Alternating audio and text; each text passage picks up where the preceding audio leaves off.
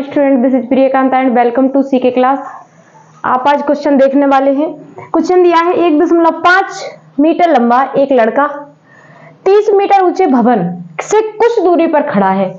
तो क्वेश्चन कह रहा है कि 1.5 मीटर लंबा एक लड़का 1.5 मीटर 1.5 मीटर लेंथ का एक लड़का है जो एक भवन है 30 मीटर ऊंचाई का। भवन की टोटल ऊंचाई जो है वो है 30 मीटर, ऐसा कहा जा रहा है आपके क्वेश्चन में। तो भवन की ऊंचाई 30 मीटर है और एक जो लड़का है, जो उन्होंने बोला है, जो लड़का है वो 1.5 मीटर लंबाई का है। तो वो भवन से कुछ दूरी पर खड़ा हुआ है। ये भवन हुआ और यहां से कुछ दूरी पर एक लड़का खड़ा हुआ है और 1.5 मीटर उसकी लेंथ है, 1.5 मीटर लेंथ है। आगे उन्होंने बोला है खड़ा है और जब वह ऊंचे भवन की ओर जाता है तो भवन के शिखर का उन्नयन कोण 30 से 60 हो जाता है। तो ये जो लड़का था यहां पे खड़ा हुआ,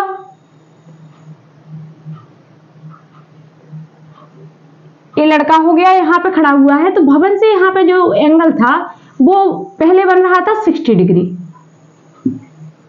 अब ये लड़का आगे की ओर चलना स्टार्ट करता है और उन्होंने बोला है कि 30 डिग्री से 60 हो जाता है। तो पहले बन रहा था हमारा 30 डिग्री का एंगल और अब आगे चल के जैसे ही लड़का यहाँ किसी बिंदु पर पहुंचेगा, जैसे लड़का चल के आगे इस प्रकार चलता हुआ यहाँ पे यहाँ पहुंच जाता है तो एंगल हो जाता है हमारा 60 डिग्री। तो उन्होंने बोला है उन्नयन कोण 30 से 60 हो जाता है। ठीक है, आगे बोला है बताइए भवन की ओर कितनी दूरी पर वह चलकर गया। तो यहां से लेकर के भवन, ये दूरी है जो निकाल के आपको देनी है। यानी कि लड़का यहाँ खड़ा हुआ था और यहां से जितना चल करके गया है भवन की ओर, कितनी दूरी पर वह चल कर गया, तो यहां से यहां तक कितना चल करके वह गया है ये आपको बताना है, आपको देखना है। इसे मान लिया आपने यहां से यहां तक की जो उसकी दूरी है ए वाली, उसको मान लिया हमने x, एक बिंदु यह x मान लिया। इस तरफ आगे जो दूरी है यहां से लेकर के यहां तक, इसे हमने मान लिया y। टोटल दूरी यहां से यहां तक जाने पे हो गई x प्लस y। आपको यहां तक कोई प्रॉब्लम नहीं होगी। आगे उन्होंने बोला है 30 मीटर टोटल ऊंचाई थी। भवन की ऊंचाई कितनी थी? 30 मीटर। लड़का 1.5 मीटर का है तो इस जो हमने ये बेस बनाया यहां भी तो 1.5 मीटर होगा। इसे मान लिया a, इसको माना b और इसको माना हमने c। इस यहां मान लेते हैं d, या इस प्रकार से आप मान सकते हो कि इसको b माना, इसे b मान लेते हैं, इसे c माना, d हो गया और यहाँ पे हमने मान लिया आपका e और ये हो गया आपका f। कोई भी बिंदु आप मान सकते हो। तो इस प्रकार से हो गया। अब यहाँ एक 1.5 है तो वहां भी तो 1.5 है। अगर 1.5 है तो ऊपर वाली जो दूरी होगी वो कैसे निकालेंगे? AF इज इक्वल टू हो जाएगा बेटा 30 डिग्री में से 1.5 माइनस करेंगे। जैसे ही माइनस करेंगे तो AF की जो वैल्यू होगी 28.5 आ जाएगी। तो ये वाली जो दूरी ऊपर वाली हो गई AF वो हो गई 28.5। कैसे हुई? टोटल थी 30 और 1.5 कर दी माइनस, क्योंकि ये वाली दूरी हमारी जो है हाइट है वो 1.5 है। क्यों है? क्योंकि 1.5 हाइट का एक लड़का यहाँ पे खड़ा हुआ था, एक लड़का यहाँ पे खड़ा हुआ था। ठीक है, तो इस प्रकार से आपका, यदि आप इस प्रकार से डायग्राम बना लेते हैं, इस चीज को समझ गए कि किस प्रकार से हमें चित्र इसका बनाना है, कहाँ कौन सा एंगल बनेगा, लड़का खड़ा है, तो आपको भाषा बहुत अच्छे से पढ़नी है, इसके बाद चित्र बना लेना है। आपने इतना काम कर लिया, आपका 50% क्वेश्चन सॉल्व हो चुका है। अब आपको आगे बस इसी को इधर लिखना है और कुछ नहीं करना। x y के मान निकालेंगे तो x की वैल्यू निकालेंगे आप कि लड़का यहाँ पर खड़ा हुआ था और भवन की ओर कितना चला, तो सेकंड बिंदु जब उसका एंगल चेंज हुआ तो वहां तक कितना चला। ठीक है, तो करना क्या है, आप करेंगे क्या, इसे मान लेते हैं y, ये y हो गया तो ये ऊपर वाला भी y होगा, ये x है तो ये ऊपर वाला भी हमारा x होगा। आप चलते हैं इन चल AFE इन, ऐसे आप डायरेक्ट हिंदी में लिखेंगे त्रिभुज AFE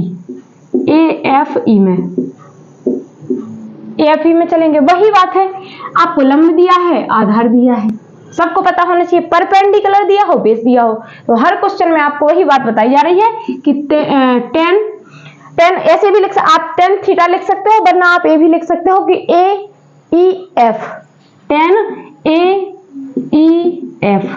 कैसे? टेन ए ई एफ क्यों लिया? क्योंकि हमें एंगल लेना है ए वाला, फर्स्ट वाला। इसका हो जाएगा परपेंडिकुलर अपॉन बेस, लंब अपॉन आधार, यही तो होता है रेशियो, सबको पता है। आगे 10 की वैल्यू कितनी है? 60, तो हो जाएगा हमारा 10 60 इज इक्वल टू हो जाएगा परपेंडिकुलर हो गया 28.5 अपॉन में दिया है आपको बाई, कोई प्रॉब्लम आपको नहीं होगी। आगे इसके उन्होंने कहा है 10 60 की वैल्यू होती है √3, 28.5 अपॉन बाई, तो आप कर सकते हो y इधर ले आओ, √3 वहां ले जाओ, यानी y इज इक्वल टू हो जाएगा बेटा अपना कितना? 28.5 अपॉन √3। आई होप सबको समझ में आ रही होगी हमारी बात। इसे मान लिया हमने इक्वेशन फर्स्ट। अब आगे चलेंगे, तो अब उन्होंने बोला है अब एक बार चले 60 डिग्री, अब 30 डिग्री, तो पूरा वाला एंगल ले लेंगे। जब पूरा वाला एंगल लेंगे, यहाँ लिखेंगे अगेन, पुनः, हिंदी मीडियम वाले बच्चे लिखेंगे पुनः क्या करेंगे आप? 10 डायरेक्ट लिख रही हूँ 30 डिग्री इज इक्वल टू क्या? परपेंडिकुलर हो गया अपना, परपेंडिकुलर अपॉन बेस, तो 10 30 की वैल्यू होती है 1 अपॉन √3, परपेंडिकुलर हुआ हमारा 28.5 वही, और बेस हुआ x प्लस वाई, तो x प्लस वाई को यहाँ ले जाते हैं और √3 को उस तरफ ले जाते हैं, यानी क्रॉस मल्टीप्लाई करते हैं। क्या करेंगे? क्रॉस मल्टीप्लाई, तो x plus y is equal to हो जाएगा आपका 28.5 √3। इतनी बात तो सभी को समझ में आ गई होगी। अगर आपको ये समझ में आ गई है तो इसको मान लेते हैं हम इक्वेशन सेकंड, इसको हमने मान लिया। अब आगे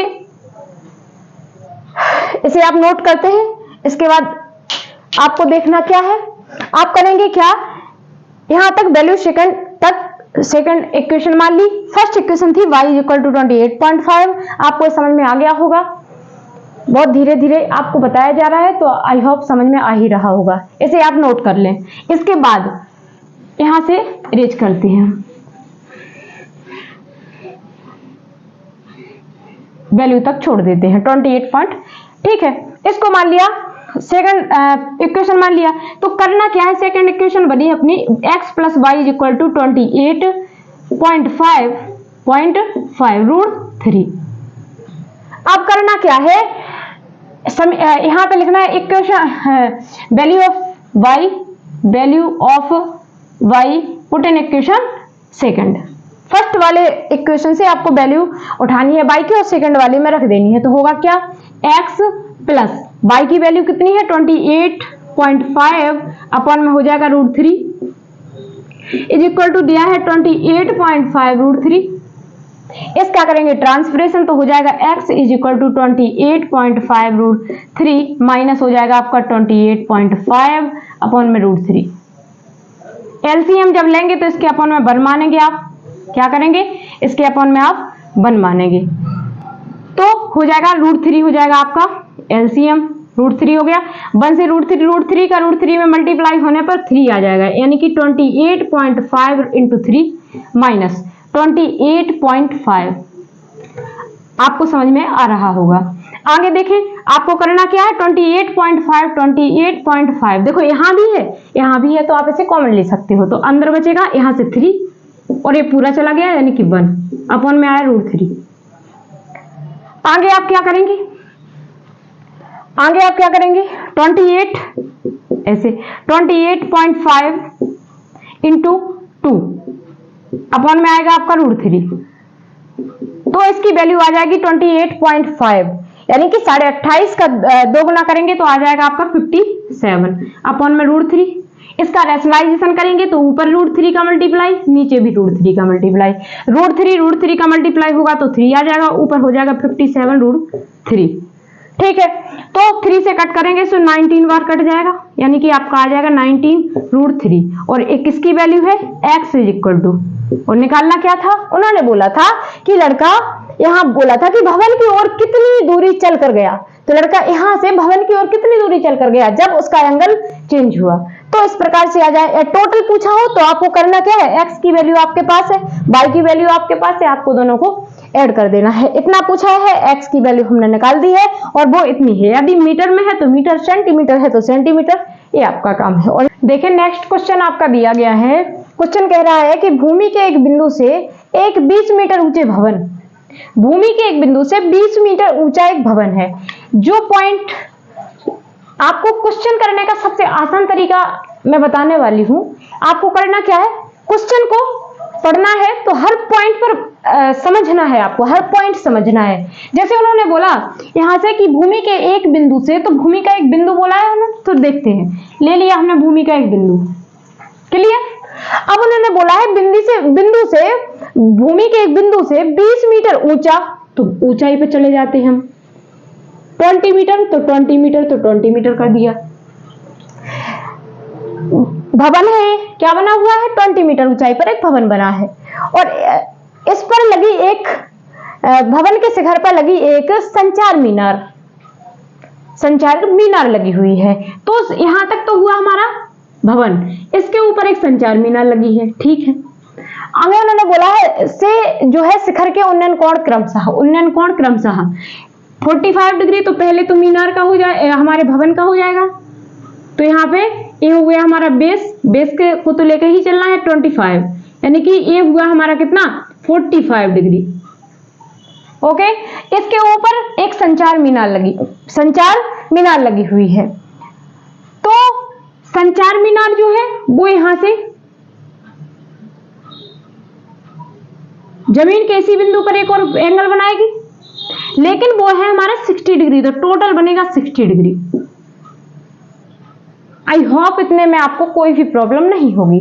करना क्या है, भूमि का एक बिंदु लिया, आसानी से समझ ले, भूमि का एक बिंदु ले लिया, इधर हमने क्या किया, एक मीनार है तो मीनार खड़ी कर दी, उसके ऊपर मतलब एक भवन खड़ा कर लिया, भवन बना हुआ है 20 मीटर ऊंचाई पर, भवन के ऊपर मीनार है तो भवन के ऊपर मीनार खड़ी कर ली। अब मीनार से दो कोण बन रहे हैं, यानी कि भवन और मीनार से, तो मीनार एक तो भवन से बनाया, एक मीनार से बनाया, 2 एंगल बने, एक 45 का है, एक 60 डिग्री का है। आई होप यहां तक आपको कोई भी प्रॉब्लम नहीं होगी। इसे माना ए, इसको मान लिया बी, इसे सी माना, इसको कोई भी डी ई एफ जो आपकी इच्छा करे वो मान सकते हैं आप। तो ये आपको करना क्या है, ऊपर कुछ नहीं है अगर तो एडी को मान लो एच, क्योंकि उन्होंने आगे बोला है कि मीनार की ऊंचाई ज्ञात करिए, यानी भवन के ऊपर जो मीनार लगी हुई है, मीनार बनी हुई है, उसकी ऊंचाई निकालनी है। बात करें मीनार और भवन दोनों की ऊंचाई की, तो AB का, यदि AB की वैल्यू निकालते हैं तो आएगी क्या, AB की वैल्यू हो जाएगी H+20।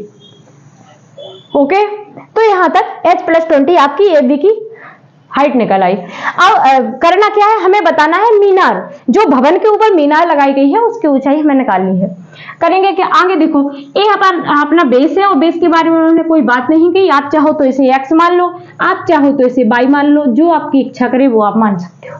इसे मान लिया हमने v, तो यहाँ पे आप लिख सकते हो लेट, आप ए भी लेट यानी माना, आपने क्या माना, AD is equal to H and, और क्या माना, BC is equal to X by, या आप X मान सकते हो या बाई, ये मान लिए, ठीक है। फिर इसके बाद चलेंगे, क्या करेंगे हम, आपको वही बताया है, यदि आपको परपेंडिकुलर और बेस दिया गया हो तो ऑलवेज एक ही पॉइंट पर काम करेंगे और वो है हमारा tan थीटा। तो tan C is equal to, अभी बताया था ना, न्यून कोण यानी कि छोटा, ये 90 डिग्री से छोटा न्यून कोण जो होता है उसी को लेके चलना है, क्योंकि इसी पे बना ना 45 डिग्री, इसी पे बना है 60 डिग्री। तो करना क्या है, tan C को लेके चले। tan C का हो जाएगा आपका perpendicular upon base. I hope कि आपको ये पॉइंट बहुत अच्छे से याद हो गया होगा, और आप बार बार हर क्वेश्चन यदि आप कर रहे हैं तो आपको दिमाग में जैसे ही बोलती हूँ tan थीटा तो आपको आता होगा परपेंडिकुलर अपॉन बेस। देखें तो tan C का tan 45 कितना डिग्री, 45 डिग्री, परपेंडिकुलर हुआ हमारा 20 और अपॉन में x, यानी हमारी वैल्यू है x नहीं y माना है तो y, x मानेंगे आप तो x हो जाएगा। tan 45 की वैल्यू होती है 1, सभी को पता होना चाहिए tan 45 होता है हमारा 1, तो हो जाएगा 20 अपॉन y, y को इस तरफ ले जाएंगे, यानी y इज इक्वल टू आ गया हमारा 20। कितना आया? 20। अब करना क्या है, अगेन कौन से इक्वेशन, अब चलना है ABC। अगेन चलेंगे तो हो जाएगा हमारा 10c इज इक्वल टू, अब इस बार लेना है हमें क्या, परपेंडिकुलर अपॉन बेस लेना है, तो परपेंडिकुलर में आ जाएगा h अपॉन 20 और बेस तो x ही है। 10c की वैल्यू है हमारी कितनी, 10 कितना डायरेक्ट ले लेते हैं 60 डिग्री, 10 60 की वैल्यू होती है √3 इज इक्वल टू होता है आपका h upon h plus 20। x की वैल्यू अभी ऊपर नोट कर चुके हैं, x नहीं y, x फर्स्ट होता पॉइंट, इसलिए x बार बार दिमाग में आ जाता है, लेकिन माना है हमने y तो y ही लेके चलना पड़ेगा। y की वैल्यू है 20 तो 20 ले ली, 20 का करेंगे इस तरह मल्टीप्लाई तो हो जाएगा 20 √3 is equal to h plus 20। क्या करेंगे, h छोड़ देंगे वही और 20 क्या करेंगे ट्रांसफरेशन, यानी h इज इक्वल टू हो जाएगा 20 √3 माइनस 20, तो h इज इक्वल टू हो जाएगा हमारा क्या, 20 ले लेंगे कॉमन और अंदर हो जाएगा आपका √3 माइनस 1। अब यूनिट जो भी दी गई है, मीटर सेंटीमीटर जो भी आपकी यूनिट होगी वो आपका आप यहाँ पे यूनिट लिख देंगे और आपकी h की वैल्यू आ गई। तो उन्होंने पूछा क्या था कि एक भवन के ऊपर मीनार बनी हुई है, उसकी हाइट निकालनी है, हाइट या ऊंचाई निकालनी है, तो h मान ली थी हमने, हाइट h से स्टार्ट होती है तो नॉर्मली h मान लेते हैं और उसे माना, तो आपको समझ में आया कि h इज इक्वल टू आया 20 √3 माइनस 1। तो इस प्रकार से आपका a मान आ गया है। आई होप आपको वीडियो पसंद आई होगी। अगर वीडियो पसंद आई है तो वीडियो को लाइक करें, शेयर करें, सब्सक्राइब करना ना भूलें। Thank you.